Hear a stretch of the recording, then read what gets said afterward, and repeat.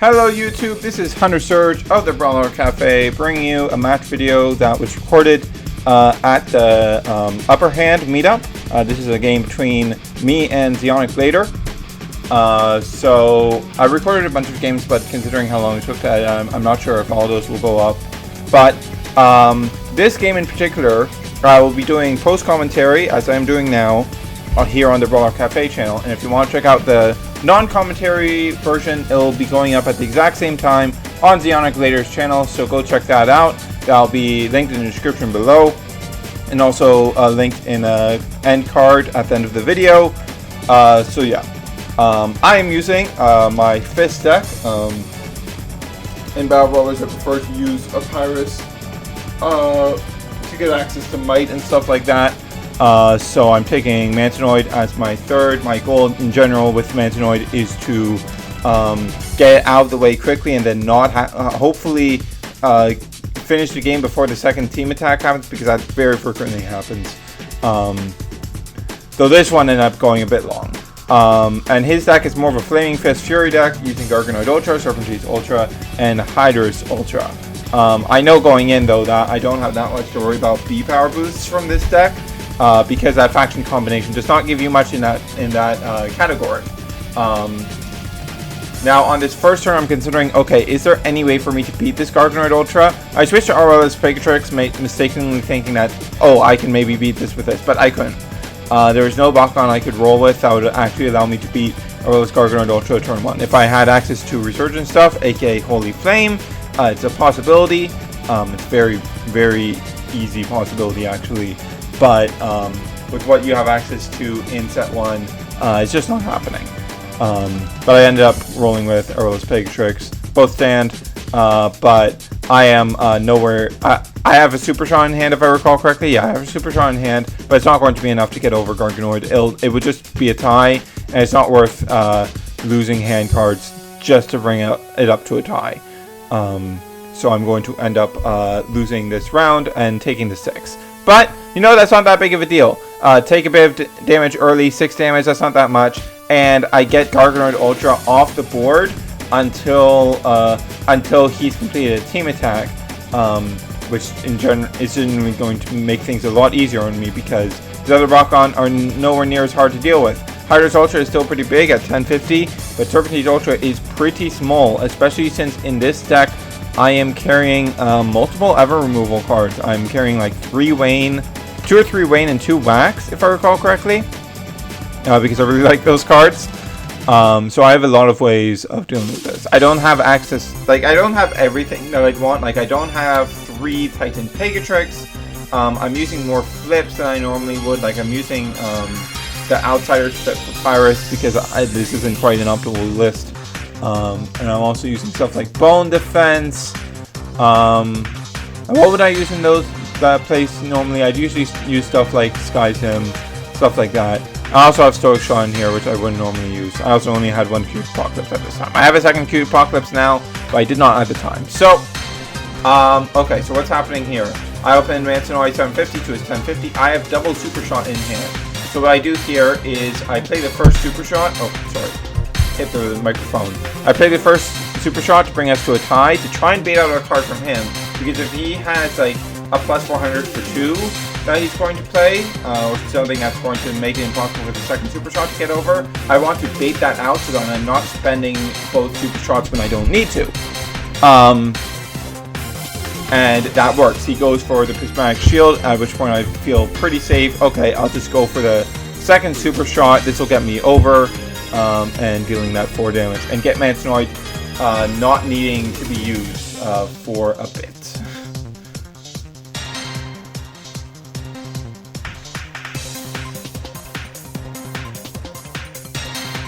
But that is pretty costly to my hand size, but that's fine. That's fine.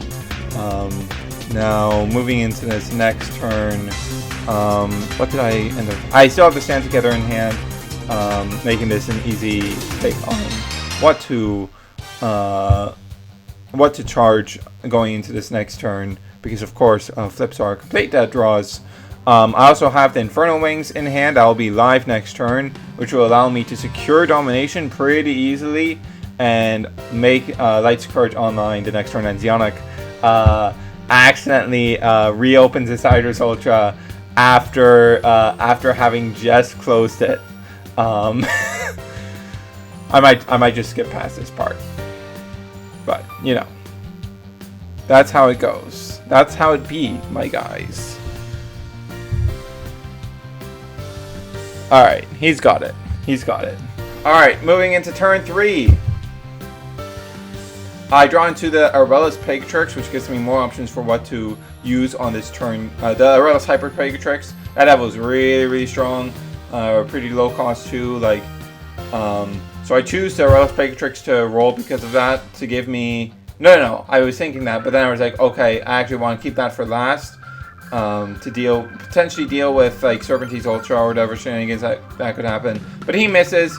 I land my Chaos Pegatrix, which makes this an easy choice of just getting a free win and playing down my Aurelius Hyper Pegatrix, since I'm not going to need to spend anything on this.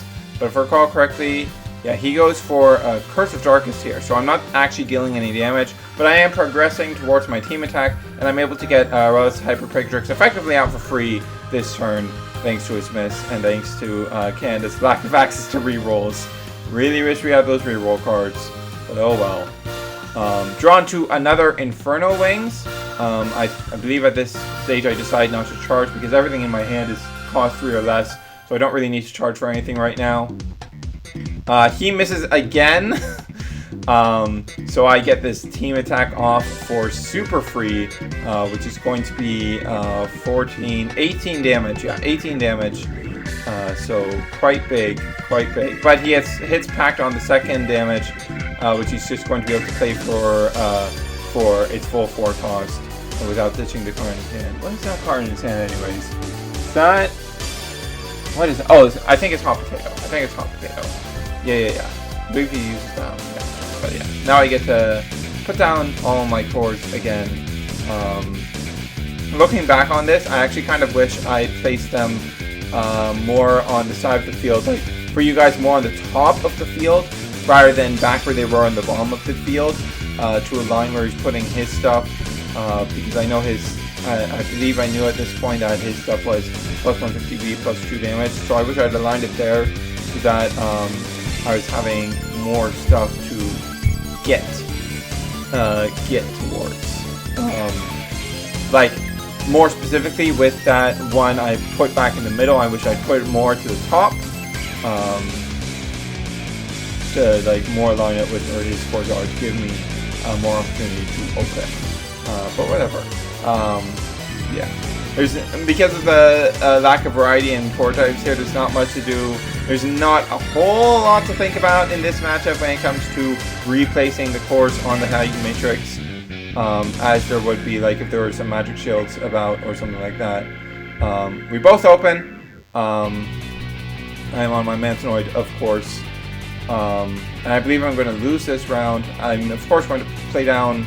Alright, this turn I drew into Wax. So I charged Inferno Wings to start building towards Wax, because I know that Hyper Serpentine Ultra could drop down at any time, and I want to have Wax to be able to deal with it. But I play down the Inferno Wings to put me in the lead, and get those cores off the field to easily set myself up for domination. Just going to put me in good position. And he puts down the Fire Boost, putting himself over me. I don't have anything I can play now. But this ends up being quite good for me, because he's on his last Bakugan, which is a bit of a weak thing without Zevo. A bit of a liability, and neither of his other Bakugan have any cores. So this ends up making it really easy for me to maintain domination for the rest of the game. I almost like... I don't know. I almost would have almost like let the Mantanoid go through, maybe, if I was looking back on this from Zeonic's perspective, because that would allow me that would make the domination more difficult to maintain, and that domination ends up being pretty important to some pretty integral plays. Though.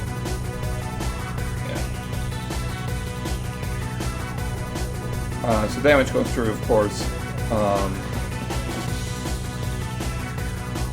He evolves his Hyper Garganoid item.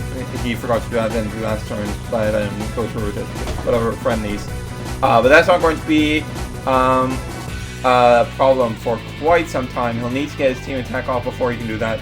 And considering I'm at 5 energy at this point, I'm going to have Wax by time that ever becomes relevant.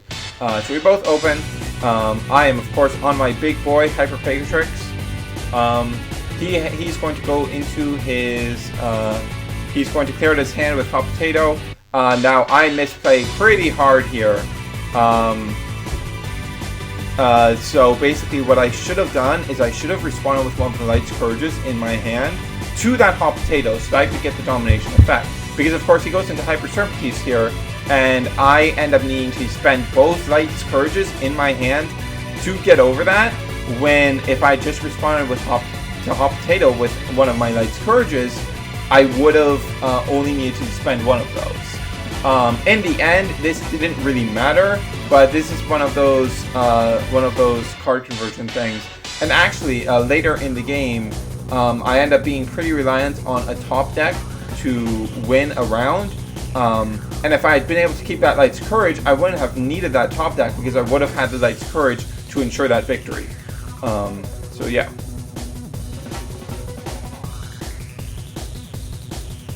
And of course, going back to the Mantanoid thing, if he had just that,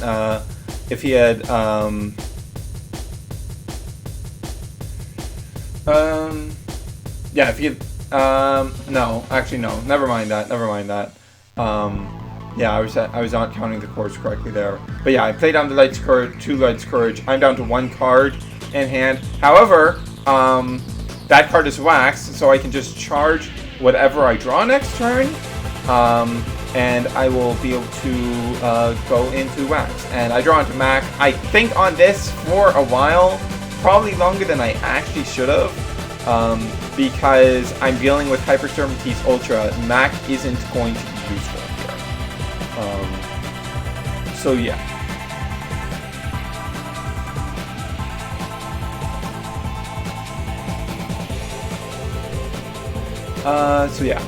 Moving into the roll for the turn, I of course have to go with Chaos Pegatrix, which I still have not drawn my Evo for, which is getting irritating. I don't think did I mill it earlier this game? I might have. Which makes this much closer than I wish it was. Like this ends up being 750 after I drop down the wax, which is much closer than I wish it was. But it's fine. It's fine. I win in the end anyways. I win the round anyways. It's okay.